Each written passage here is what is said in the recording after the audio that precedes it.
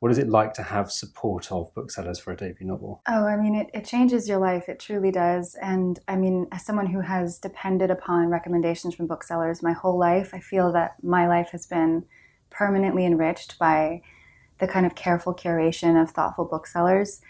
To receive that kind of support from them was surreal, to say the least, but it is the greatest vote of confidence, I think. Have you been engaged in a fairly lengthy tour of both the US and elsewhere and met booksellers with the book? It was just 5 cities in the US, but I was able to meet with several booksellers, and it was actually part of the industry that is most concealed to me. I went to an MFA program, and so you meet a lot of people in publishing and you meet a lot of other writers, but I rarely met any booksellers unless I happened to be friends with them. And so it was fascinating to hear this kind of inside look at the industry and how, and I guess one thing that was just a joy to learn was how truly passionate and devoted each person I talked to was. It was very much a labor of love, and it didn't seem. It seemed as though they were people who were really willing to champion work that was challenging, unusual, and was transformative in some way or another. The Rabbit Hutch is a very challenging novel. It's filled with some very complex themes and ideas and a large cast of characters. We get taken to lots of different locations.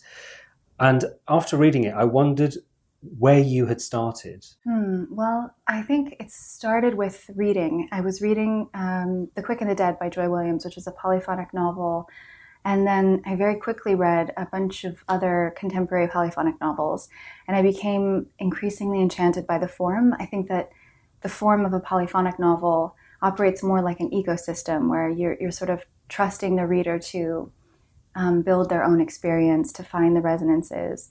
And in the best polyfiction novels, each life form, no matter how seemingly insignificant or small, is essential for the health of the whole.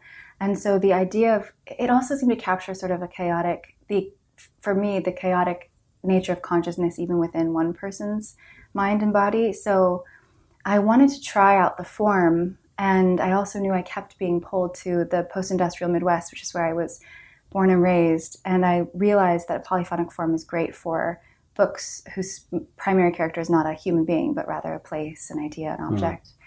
And so I started writing with the intention of making it a short story. And it was Joan who came to me first. I had listened to an interview with someone who screened obituary comments for a living on a website, and I thought, what would that job do to your brain over time? And then she introduced me to the others. The novel is filled with lots of, I suppose, what you might call darkness. There are people who are living on the sort of fringes of society in a decaying community who have had to deal with lots of difficult things. But it also has these moments of light, I mean, really bright light that suffused the novel. And I wondered whether you felt as a novelist, that it was essentially a dark or a light book, or absolutely both of those things.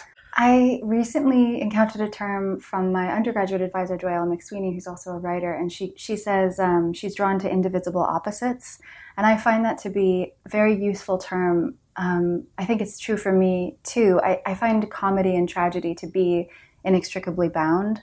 And I guess the Shakespeare work that I'm most drawn to are his tragicomedies. And I think comedy is just another nutrient in the soil. And it's not something that I can kind of intentionally program into the text, or I'm not adding jokes after I've written it. It just kind of reveals itself to you naturally as you write. And so for me, the darkness and the absurdity were tied together, and the comedy is comedy is a classic coping mechanism for pain. So. I was really struck by a couple of quotes from a couple of the characters, which I wanted to talk about. One is is it Blondine, or am I saying that incorrectly? I say Blondine, but she gave her name to herself, so there's no wrong answer. She's talking about trying to find good things in the world. And she says, why do vices get to be physical? Why do they get to clutter up the world? Why can't I see any fucking virtues? And I wondered if you could tell us a bit more about that sort of idea that we can all see that what's wrong in the world. Why can't we see more of what's right? Tell me a bit about that as a theme.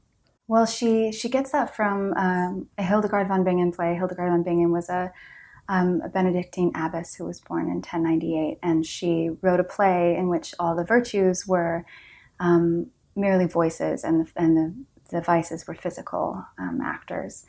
And so I think the implication of that play is that you have to listen. Maybe it's not always visible, but if you kind of build quiet into your life and you start to tune yourself to those frequencies, you can hear them. But I do think that especially now, I mean, that was written, thousands of years ago, but now I find that with the rise of the internet and social media, the way that news is now metabolized and processed, it is true that bad news is profitable, and it's there's an extreme incentive for media to prioritize bad news over good news. And so maybe now more than ever, it's important to make a kind of internal shift and to take the work of seeing the light in the world seriously. Frank O'Hara is one of my favorite poets, and I find this true for his writing as well. He really makes a point of standing in the light. The poems may be addressing really painful things, very sad things, but through his humor, through his language, through his sort of endless, I think, sympathy for everything around him, including, I think, toward himself, there's this decision to stand in the light. And Joan, the character that you mentioned earlier, who sort of begun this novel for you, she says, "I think we should all take each other a little more seriously." And I thought this was such a insightful thing to say, and possibly the solution to the world's problems. You show a really interesting array of characters, and you treat them with seriousness as a writer. Do you think the world would be a better place if we all took everybody a bit more seriously? I do. I mean, I think this is in some ways not just the operating principle of my writing, but how I try to live as well. I'm going to quote another mystic from the Catholic Church. Simone Weil has this line that I encountered when I was 20, and I could not forget it. It's in an essay called Attention and Will. And she says something like, to know that this man who is hungry and thirsty really exists as much as I do, that is enough, the rest will follow. And I do think that that's where pretty much every transformative act of compassion begins, simply understanding that every creature around you, every life form is as real as you, and therefore their pain, their joy, their longings are all as real as yours. And it becomes very difficult to be cruel to people that you know. I mean, this is why each kind of genocide and world war has to begin with a dehumanizing campaign against the vilified group.